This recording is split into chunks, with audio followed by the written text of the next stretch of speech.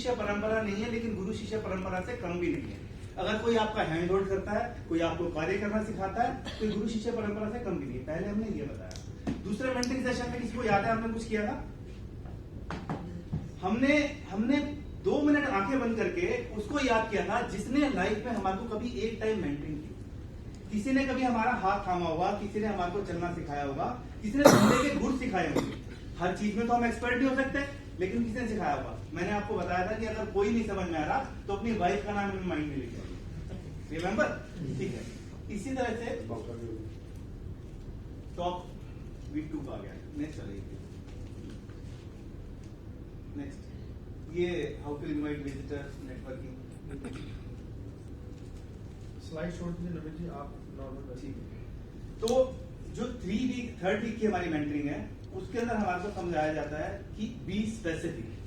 Specific का मतलब है कि हमारे को अपने धंधे में और अपने बीएनआई के अंदर अपनी वीकली प्रेजेंटेशन में अपने आप को प्रेजेंट करने के लिए या अपने क्लाइंट के सामने प्रेजेंट करने के लिए जितने स्पेसिफिक हम अपने ट्रेड के लिए होते हैं, उतने ही स्पेसिफिक हमारे को यहाँ पे होना चाहिए। बेसिकली हमारा जो माइंड है ना, वो बहुत सारी चीजें दिन भर में सुनता है, बहुत सारे लोगों से हम मिलते हैं। इसको बोलते हैं रास। रास के बारे में कोई जानता है? किसी ने साइकोलॉजी पढ़ी है? ठीक है, आपने पढ़ी है। साइकोलॉजी में से रास का मतलब होता है reticular activating system. Reticular activating system क्या होता है? ये हमारे माइंड की एक तरह से रैम होती है। हम बहुत सारी चीजें ऑब्जर्व करते हैं, बहुत सारी चीजें सुनते हैं, लेकिन सिर्फ बाकी सारी की सारी चीजें हम उतारते थे। जितनी जरूरत होती है हमारा माइंड उतनी एक्सेस मेमोरी को अपने एक शार्पर माइंड के अंदर एक कॉर्नर के अंदर रखता है। जैसे हमारी बॉडी को एक नॉर्मल आदमी को 70 ग्राम प्रोटीन की जरूरत होती है ना, अगर वो सोचेंगे मैं सुबह 70 ग्राम प्रोटीन एक प्रोटीन शेक के रूप में ले लूंगा तो हमारी बॉडी के लिए सारे दिन की हमारी नीड पूरी हो जाएगी। ऐसा नहीं होता। हमारी बॉडी भी, हमारा ह्यूमन सिस्टम भी उसी तरह से काम करता है। जितने हमारी बॉडी को जब जब रिक्वायरमेंट है जितनी एनर्जी की, उतनी बॉडी अब्जॉर्व करती है। मैं सही कह रहा हूं? बाकी वो फ्लश आउट कर देती है। इसी तरह से हमारा माइंड भी उतनी ही चीजें याद कर पाता है जितनी उसको जरूरत है, बाकी चीजें वो फ्लश कर देता है, वो अपनी मेमोरी से हटा देता है। अदरवाइज तो कितनी सारी चीजें हमारे माइंड में है। इसीलिए बी स्पेसिफिक। बीएनआई ने रास को इसलिए उसके साथ कोरिलेट किया है कि बी स्पेसिफिक। जब तक आप अपने रेफरल के लिए स्पेसिफिक नहीं है, बीएनआई में anybody somebody means nobody. BNI के अंदर एनीबडी समबडी मींस नोबडी। एक एक्सरसाइज करेंगे सिर्फ 5 सेकंड के लिए। अपनी आंखें बंद कीजिए और माइंड में सोचिए, प्लीज सब अपनी आंखें बंद कीजिए। डायमंड कहीं नहीं जाएंगे सर। केशव अपनी आंखें बंद कीजिए और 5 मिनट सोचिए कि इस रूम में रेड आइटम, लाल रंग की क्या क्या चीजें हैं, और आंखें खोलिए। 5 सेकंड एक बार माइंड में सोचिए कि लाल रंग इस रूम में कहां कहां पे प्रेजेंट है, और 5 सेकंड बाद आंखें खोलिए और देखिए लाल रंग कहां पे है। बताएंगे मैम, निकिता मैम, कहां पे लाल रंग आपको 5 चीजों में? बैठे किसको?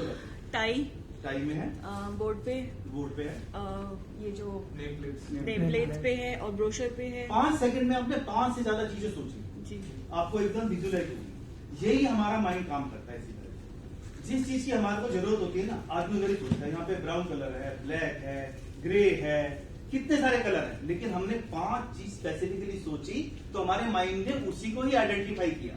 इसी तरह से जब आपकी वीकली प्रेजेंटेशन के अंदर स्पेसिफिक चीजें आती हैं तो कोई आपको उससे कनेक्ट करने के बारे में सोचता है।